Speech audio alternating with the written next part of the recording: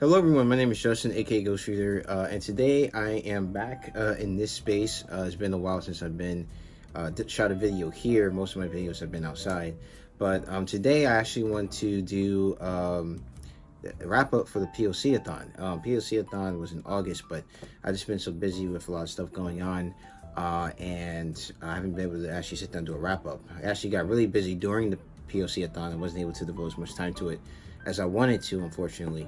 But and when I wanted to shoot like the wrap up video, didn't really have time to do it here in this space, and taking these books with me all the way to where I shoot my other videos at I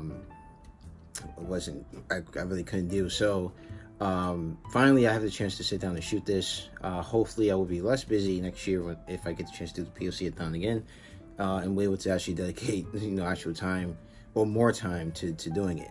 But I'm going to go ahead and go through my wrap up. I actually I didn't get to finish all my reads. I didn't get to some, like with Fire and High, but I did get to a good number of books during the POCathon. Some of them I finished, some of them I didn't, but do plan to finish in the future. So let's go ahead and get into those. So first I'm going to talk about the books that I started but didn't necessarily finish.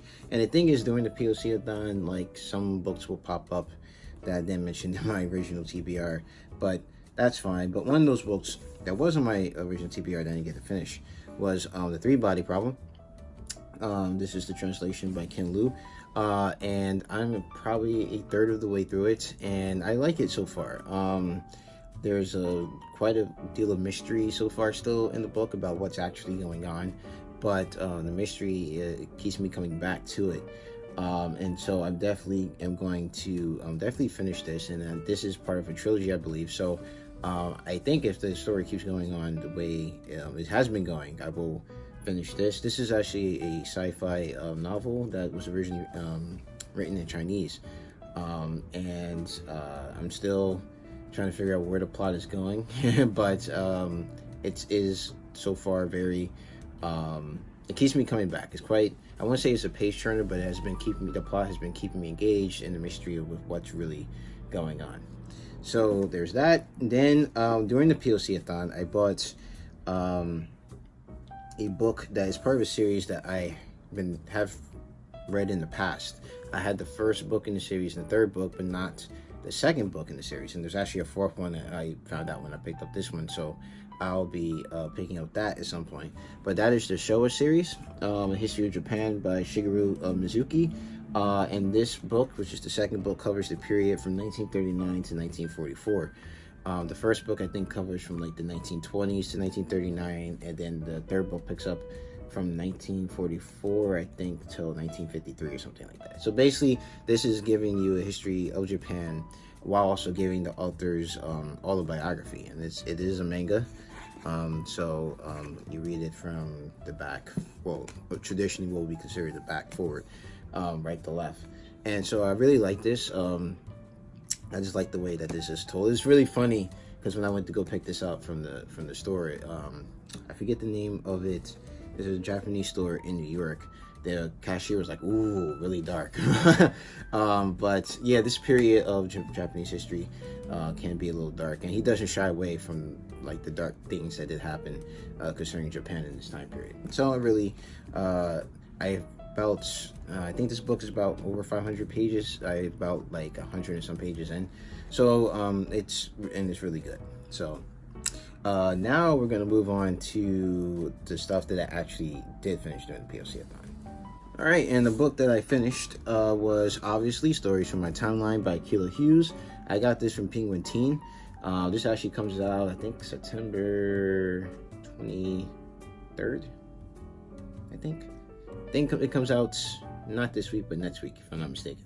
So this is basically her. She's a YouTuber. She actually just moved out to LA. And this book basically is her telling her like different snippets of her life. This is her memoir. She talks about how, like, how she grew up, how she got into YouTube, her life in college, her experiences with illness, and she does it in a very funny and very easy to read way.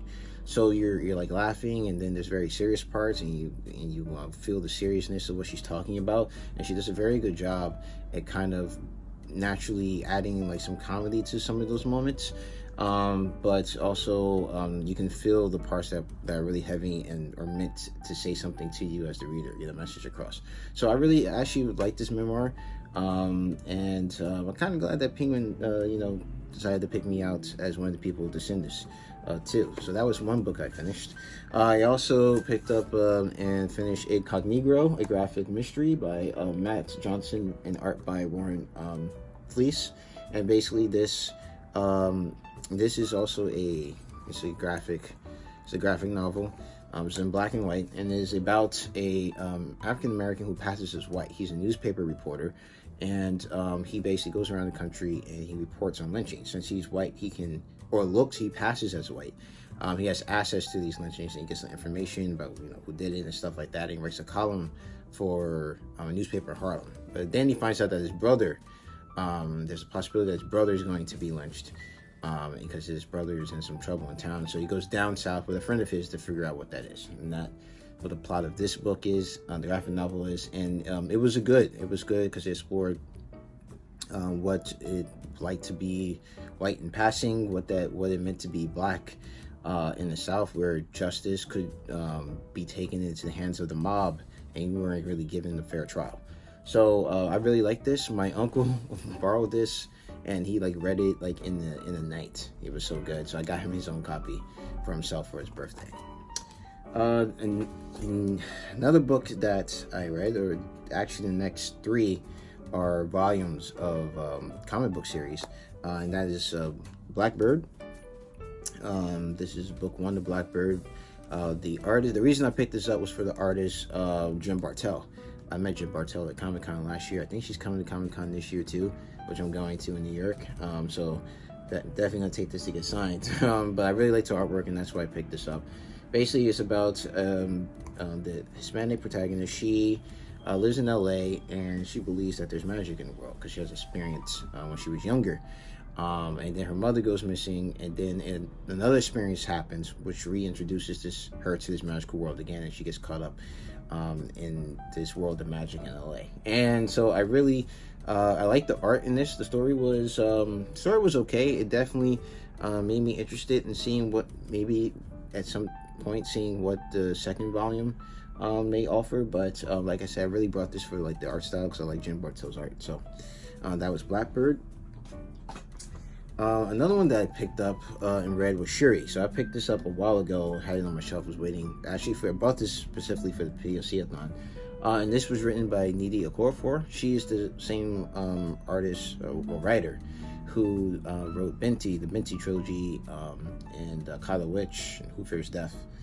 And so in this book, Shuri, this is about Shuri. Shuri, in previous comics, Shuri was kind of dead, and then she comes back, and her personality is she's very serious when she comes back. She has a kind of different personality because she's been with the ancestors on this other plane of existence. And in this book, she kind of she becomes more like she is in the movie. So she's more, she's less serious, but still that smart person that we know. And basically her brother is gone. He's disappeared because her brother went off into space. The Black Panther has gone off into space. And now she's kind of left with the idea that she may have to take over for her brother. And this comic kind of deals with her coming to terms with the fact that she may have to take over if they can't find him. And there's some things that she has to deal with that are going on in Wakanda. And so I like this first volume. I still think that Ms. Okorafor is still finding her writing style with comics. I think I liked her books better than her comics, but I think she's getting a real good feel for it. I think she's moving away from this series. I don't think it's ending, but I think her involvement is ending in this, if I'm not mistaken. And she's also written another comic called, I think it's called LaGuardia, if I'm not mistaken. So I want to see what that one was like. But I like this. The covers for this, the individual issues, were done really well. I forget who does the covers for these, but they were done magnificently well, as is the cover of this one. So that was that. And the next comic volume that I read was Livewire by Via Ayala, Raul Allen, Patricia Martin, and Saida Temofonte. And this follows the hero Livewire, who she's had a confrontation with the federal government in the past before this opens, but she has a confrontation with the federal government where she knocked out all the power in the United States because they were hunting down the equivalent of mutants in their universe. They're called psyops. And she has after that confrontation, of course, the federal government is after her, and she's kind of dealing with the fallout herself because she's kind of it's done a lot of damage to the country, of course, and her own people are kind of wary about her, and so she's trying to not only convince them that she kind of did that in their own interest, but she kind of also has to face the reality of what she did and how that impacted innocent people who weren't involved in her fight with the federal government. So I think Vita Ayala did a good job on this, and they are doing some other great stuff too, so definitely check out their work. And for a book that I read, I actually read an audiobook, but it was so good that I went out and actually bought a physical copy of it because I want to read it one day in physical form and take notes and do whatever I want to with the physical copy. And that is 100 Years of Solitude by Gabriel Garcia Marquez. And for me, I've heard about this book before. I actually recommended it last year for people who wanted to do the POCathon as a recommendation, but I also wanted to read it myself. I realized I've read very few books from Latin America, so I definitely wanted to rectify that, and that's why I went ahead and got this. I actually picked it up as a audiobook a while ago, specifically for the POCathon, and I was not disappointed. I really like this. One of my best reads of the year. It follows the I would say the experiences of this family in this town, how they moved there, and then how the different generations kind of they're like what they do, their lives, their experiences, and there's not one dull moment in this book. There's magical. The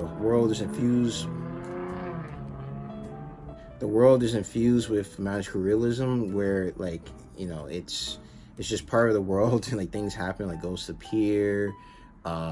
It rains for like 4 years, and like it's just like that's just a normal it's something normally that happens. One person dies, and then like their blood goes all the way from where they die all the way to like the parents' house, and lets them know that they died. And so stuff like that happens, and no one's like, oh wow, this is like really strange. It's just like, well, we just have to deal with it as it is.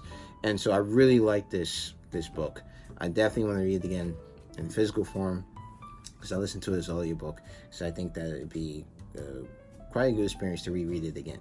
So that was 100 Years of Solitude. I almost forgot, but I also started but didn't finish Those Who Wonder by Vivian Ho, which is about kids, street kids in California. And basically the journalist was covering a murder case where these three kids who lived on the street, well, kids because they were in their 20s, lived on the street. I think except for one was a teenager. Lived on the street, but they killed 3 people. And there was a lot of focus on these street kids and like how they were, messing up the neighborhood and things like that. And she kind of examines the relationship between the street kids and I believe San Francisco, and how at one time they were kind of accepted as part of the culture, but now they aren't, and why they're out there on the street and things like that. And she kind of goes through also the stories of each of the 3 people involved in these killings, and showing what their lives were like and things like that. So this is very interesting. I haven't finished it, but I will definitely, with all the books I started during the POCathon, definitely be finishing them at some point. And then lastly, I think the best part of POCathon was that because of the books I read during POCathon, I also managed to pick up some other books along the way. And so I like to show you those. If I can find them. So after reading 100 Years of Solitude, a friend, I remember a friend had recommended another Latino author called, his name is Mario Vargas Llosa. So I managed to pick this up. I was in the Strand. This was in the translated section. And so I picked up the Discreet Hero. I have no idea what this story was about. I read the back, I think, when I picked it up. And basically, I picked this up because my friend had recommended the author. There was another book that he recommended to me, which I forget the name of, but I said I picked this one and won the Nobel Prize. We'll see if it's that good, but he, I believe, is Peruvian, and so that's going to help expand my reading of Latin American literature. I also picked up Isabel Allende, The House of Spirits, which is a novel someone recommended to me. So I think I'm also once again going into this blind, and I am going to read this for the Latinathon, I think, which is from September 15th, which is, well, today when I'm filming this video, till I believe the 24th of September. And then while I was, picking up some books to expand my Latin American reading, I also wanted to expand more into my readings from the African continent as well. And so I picked up this book at this independent bookstore in New York. I can't remember the name of, but I really like. I've been there like twice, and I really love it. This is actually 3 books by Chinua Achebe. Hopefully I got that right. And that's Things Fall Apart, Era of God, and No Longer at Ease. Once again, this is another series of books that I'm going into blind, and I kind of like the fact I'm going to blind. I have no preconceptions about what the stories are going to be, just kind of going to it and just reading it. I heard that he's a good author from some people that have talked about him before, so I'm hoping that I find him good as well. So that is the POCathon and my wrap up for the POCathon. Sorry this is coming almost 2 weeks late, but I finally got the chance to sit down with all the books in one place instead of like having to go find photos for everything and put into a video. So yeah, that is it for the POCathon. If you like this video and participate in the POCathon, let me know down in the comment section below. Let me know what your favorite book was of the POCathon, or if you saw a book somewhere and you said, "Ooh, I should read that," later. Let me know down in the comment section below as well. If you like this video, please hit the like button. If you want to see more videos from me, please subscribe. You can follow me on Twitter at GhostReads28, on Instagram at Justin the Ghost Reader, which I need to definitely start posting more on, and also on Goodreads. The link to that is down in the description box below. And as always, keep reading.